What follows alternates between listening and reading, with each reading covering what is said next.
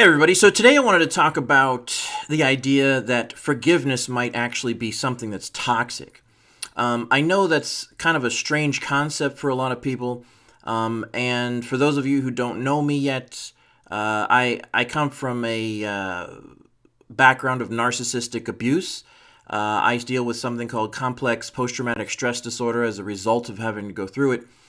And so when it comes to things like forgiveness, it really is it always been kind of strange to me, and I almost always felt kind of, like I just I didn't like the idea. I just didn't feel comfortable with it. I just felt like forgiveness meant that these people were just getting away with their abuse and their bad behavior, and it was all fine, and the damage they caused was fine, the pain they caused was fine. For those of you who are aware that there's the Christian world that's constantly talking about forgiveness. And there's A Course in Miracles, which is kind of another Jesus, set of teachings.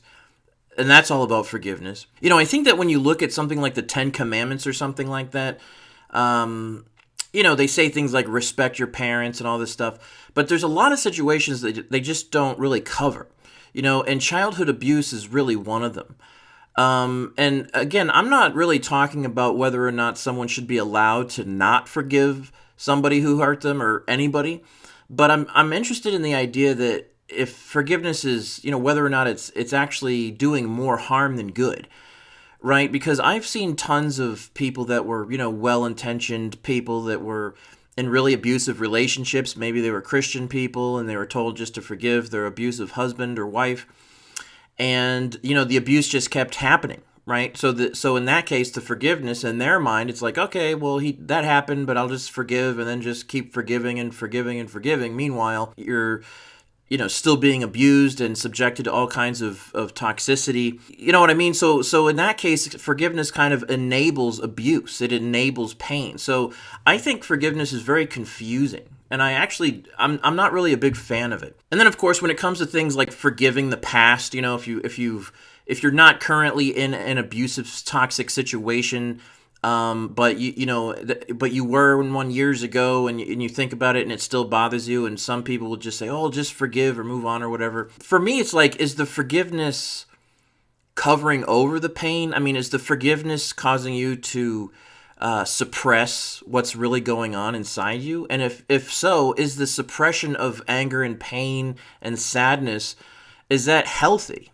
Is that a good thing? I really think that forgiveness should be sort of the cherry on top of the sundae if you want to put one on there. You know what I mean? And for me, the sundae shouldn't be forgiveness. The sundae should be healing, actual processing through your pain, being acknowledged, being validated, being seen and heard, whether it's from other people or someone else or from your own self, through writing therapy or talk therapy or whatever it is. The energy, the anger, the pain, it really is all a form of energy. And it needs to be processed because otherwise it's just going to sit inside of you, right? Kind of like emotional gunk, right? Like energetic gunk. And if it's not dealt with, it's just going to come out, you're not going to be happy, right? You're just going to feel like something's off inside you. You might have other issues with things like addiction or, attracting unhealthy relationships. So these are the reasons why it's important to process through, any pain or abuse or trauma that you've been through rather than just, forgiving it. And the other question I'd have is, if you're feeling genuine resentment towards someone or a group of people, or you're feeling genuine pain and anger and sadness, if you just forgive, but you don't, kind of like find a way to release that pain and that trauma and that energy, are you actually forgiving them or are you just in denial, right? And when you suppress and deny enough stuff in your own mind, what happens is you start to dissociate to a certain degree or another. It's really, really extremely unhealthy and toxic.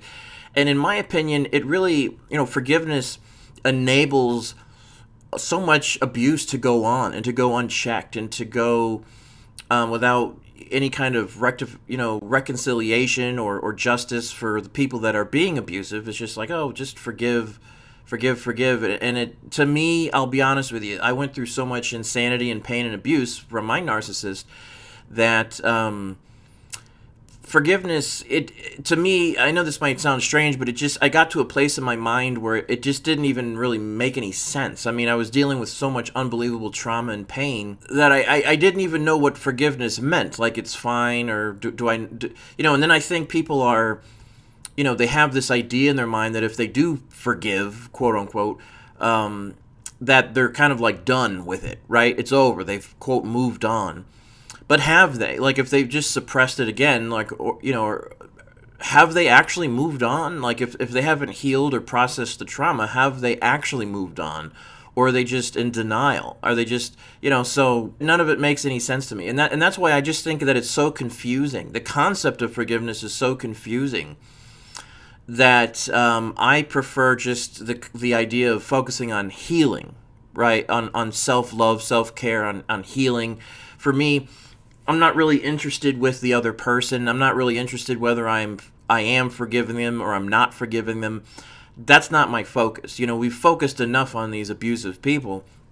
The focus, in my opinion, should be on you and healing and taking care of your wounds, right? Like, let's say you have a wound. Let's say you have a physical wound, right? Like a cut on your arm or something, or your arm's broken. Thinking about whoever did it to you, or if you fell down the stairs or something like that. You can come up with all kinds of philosophies in your mind, but at the same time, you've got to actually heal the issue. And I find that when you heal the issue, it's no longer bothering you. And so there's no need to forgive or to not forgive, right? Because you feel better. Your needs are met. And that's the other thing. I think when people prematurely forgive, they're keeping the pain in place. It's like if you broke your arm and you just said, "Oh, I forgive that whole situation, I'm going to move on." It's like, that's all fine and good, but you've got to still go to the hospital and get this taken care of. I think forgiveness can sometimes be used to further invalidate a person's feelings and their experiences and their trauma. I think forgiveness can be used to just kind of, put someone in a place in their mind where they're continually sort of confused and, their needs aren't being met, right? Your needs need to be met. You see what I mean? Like, we've got to really change this whole way we look at trauma and abuse and things that have happened. And it's not, again, it's not good enough to just say, "Oh, that happened in the past." It's like, yeah, but are the wounds healed? Because it doesn't matter when it happened. A trauma and abuse causes real, issues in the brain, in the nervous system. If those aren't rectified, then you haven't really moved on. So I really think that forgiveness most of the time can be toxic. I think that if you process through your feelings and your pain and your sadness, if you take care of you first, and then at the end of all that processing and all that healing and you getting your needs met and you focused on getting the love and the attention that you actually need, then at the end of that, if you feel a kind of a spirit of releasing, right, releasing that energy, that's one thing, right? I think that's what I would call genuine forgiveness. And even then, I would say it's optional. To me, it just doesn't matter, right? Once your needs are met, once you're healed, that energy will be cleared up. You'll feel so much better, you won't even be thinking about it. And if you are thinking about something over and over, is it because you just can't let the past go? Or is it because there's still some stuff in you that just hasn't been healed, right? And if it hasn't been healed, should it be healed? I think if you've been through a lot of pain and trauma, you owe it to yourself to acknowledge it and to allow yourself to feel, no one can come along and tell you how long it takes to get over trauma. It's your journey, right? Like, it might take a week, it might take a few months, it might take a few years, it might take your whole life. Sometimes healing from trauma is severe enough that it takes an entire lifetime to get through it. And again, if you're in an abusive situation, forgiving, you got to get out of there, ideally, right? You can't just keep forgiving them, or otherwise you're just subjecting yourself, and if you have any kids, that are in the situation, to more harm and more abuse. So those are my thoughts on forgiveness for the day. That's all I got for you today, and I'll see you guys in the next video.